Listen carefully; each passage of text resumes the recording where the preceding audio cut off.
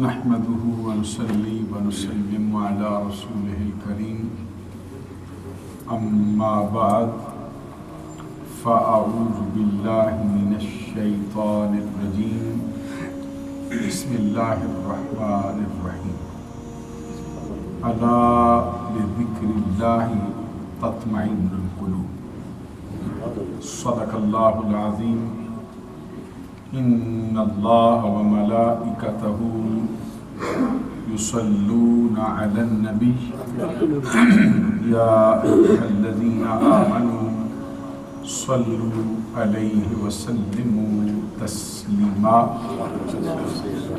الصلاة والسلام عليك يا رسول الله وعلى آلك وأصحابك يا حبيب الله. معزز و محترم حاضرین و سامعین، اللہ تبارک و تعالیٰ کے فضل و کرم سے رمضان المبارک کا پہلا عشرہ پایہ تکمیل کو پہنچ چکا ہے، یعنی 10 روز اس مبارک اور مقدس مہینے کے مکمل ہو چکے ہیں. آج ہم رمضان المبارک کے دوسرے عشرے کی پہلی تراویح پڑھنے کا شرف و اعزاز حاصل کریں گے، اور یہ آج کا جو دن ہے یہ 10 محرم الحرام کا دن تھا، 10 رمضان المبارک کا بابرکت اور مقدس دن تھا. اس دن کو یہ شرف و اعزاز حاصل ہے کہ حضور نبی اکرم صلی اللہ علیہ وسلم کی زوجہ محترمہ حضرت خدیجۃ الکبریٰ رضی اللہ تعالی عنہا نے 10 رمضان المبارک کو وصال فرمایا. تو آپ کے وصال کی تاریخ کو اہل اسلام کے ہاں بطور یادگار کے منعقد کیا جاتا ہے. اس میں آپ کے فضائل اور آپ کے مناقب کا بڑا تفصیلی تذکرہ پیش کیا جاتا ہے. حضرت خدیجۃ الکبریٰ رضی اللہ تعالی عنہا وہ خاتون ہیں جن کو حضور نبی اکرم صلی اللہ علیہ وسلم کی زوجیت میں سب سے پہلے آنے کا شرف و اعزاز حاصل ہوا، اور سب سے زیادہ جس ہستی کو نبی اکرم صلی اللہ علیہ وسلم کی زوجیت میں آپ کی رفاقت نصیب ہوئی ہے وہ حضرت خدیجۃ الکبریٰ رضی اللہ تعالی عنہا ہے. آپ کی یہ خصوصیت بھی ہے کہ سب سے پہلے جس ہستی کو اسلام کی دولت سے مالا مال ہونے اور اس کا اظہار کرنے کا شرف و اعزاز حاصل ہوا وہ حضرت خدیجۃ الکبریٰ رضی اللہ تعالی عنہا ہے. مشہور اقوال جو قبولیت اسلام کے حوالے سے ہیں، ایک مشہور قول یہ ہے کہ حضرت علی المرتضیٰ شیر خدا رضی اللہ تعالی عنہ سب سے پہلے اسلام کی دولت سے مشرف ہوئے. ایک دوسرا مشہور قول یہ ہے کہ سب سے پہلے جو ہستی اسلام لائی ہے وہ حضرت ابو بکر صدیق رضی اللہ تعالی عنہ ہے. ایک مشہور قول یہ ہے کہ سب سے پہلے جس ہستی کو اسلام کی دولت سے مالا مال کیا گیا وہ حضرت زید بن حارثہ رضی اللہ تعالی عنہ ہے.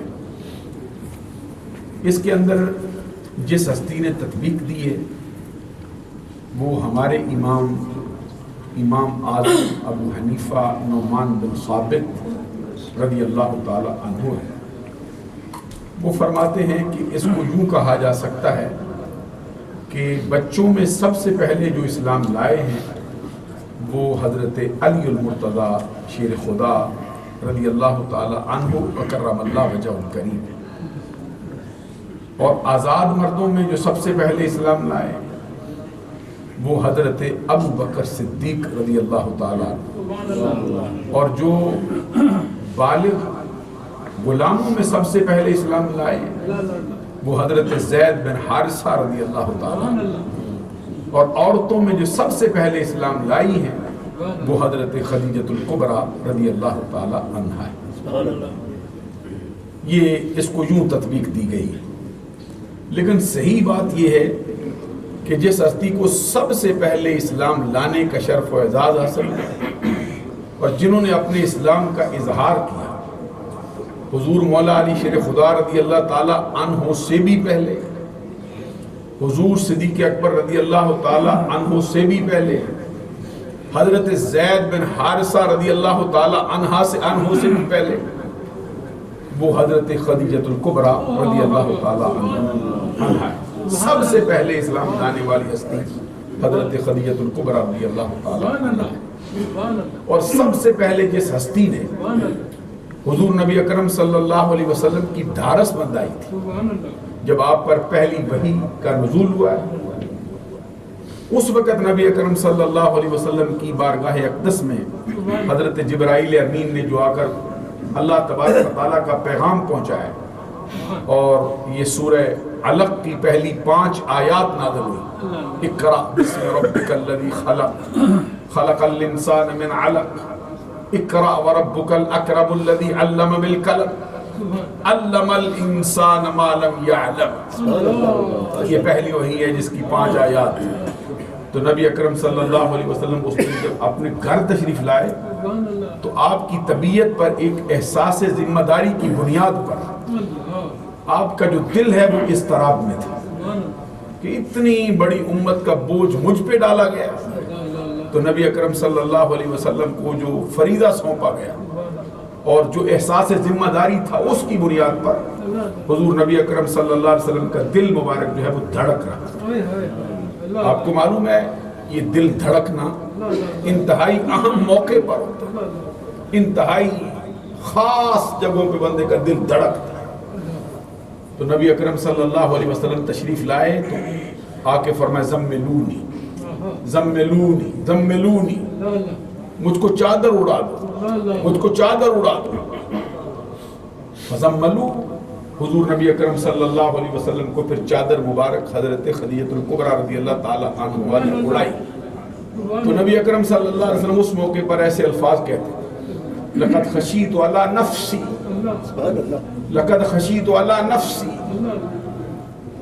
مجھے اپنی جان کا اندیشہ جو مجھے جو ذمہ داری سونپی گئی اس کا جو احساس ہے، اس کی جو ذمہ داری ہے اس کا مجھے بہت احساس ہے.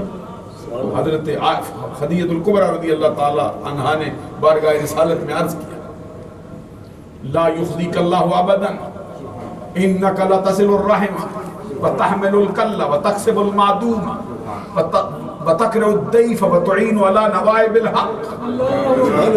یہ الفاظ حضرت خدیجۃ الکبریٰ رضی اللہ تعالی عنہا نے بارگاہ رسالت میں تسلی دینے کے لیے عرض کیا اللہ تبارک و تعالیٰ آپ کو کبھی بھی رسوا نہیں کرے. جو ذمہ داری رب نے آپ کو سونپی ہے اس سے آپ کو اللہ عہدہ برا فرمائے.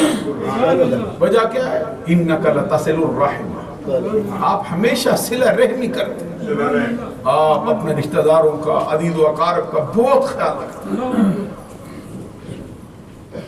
لتصل الرحم وتحمل الکل، اور ناداروں کا بوجھ اٹھا لیتے، کسی کی ذمہ داری کو اپنے سر لے لیتے.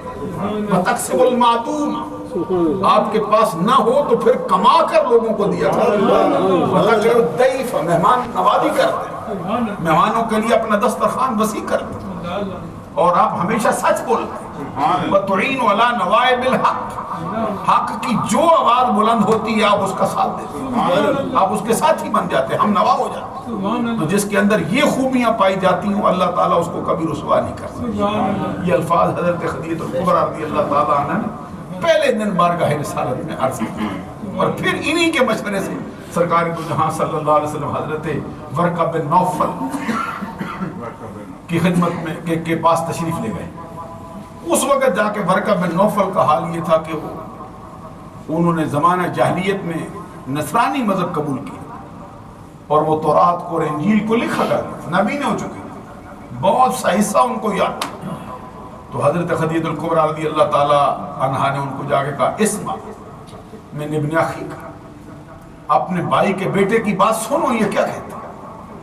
تو انہوں نے عرض کیا سرکار سے کہ آپ فرمائیے کیا آپ نے دیکھا. تو نبی اکرم صلی اللہ علیہ وسلم نے سارا حال بیان فرمایا نا, اس طرح میں تھا غار حرا, اس طرح فرشتہ آیا مجھے کہا اقرا, میں نے کہا ما انا بقارئ, ساری بات آپ نے سنائی نا.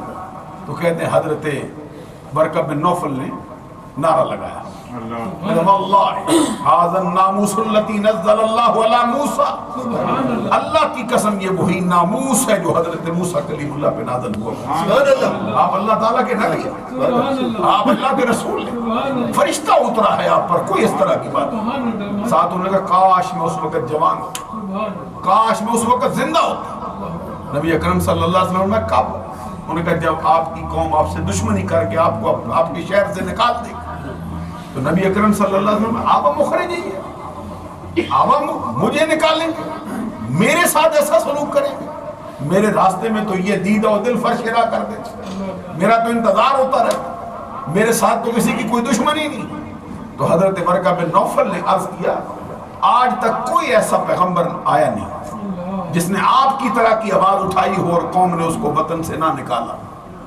کاش میں اس وقت جوان ہوتا, کاش میں اس وقت زندہ ہوتا. حضرت ورقہ بن نوفل کے بارے میں بھی یہ نظریہ پھر قائم کیا جاتا ہے کہ یہ وہ شخص ہیں جنہوں نے سب سے پہلے اسلام کی دولت کو قبول کیا لیکن اظہار کرنے کا موقع نہیں مل سکا. ان کے پاس بھی حضرت خدیجہ الکبریٰ رضی اللہ تعالیٰ عنہا کی مشورے سے سرکار تشریف لے گئے.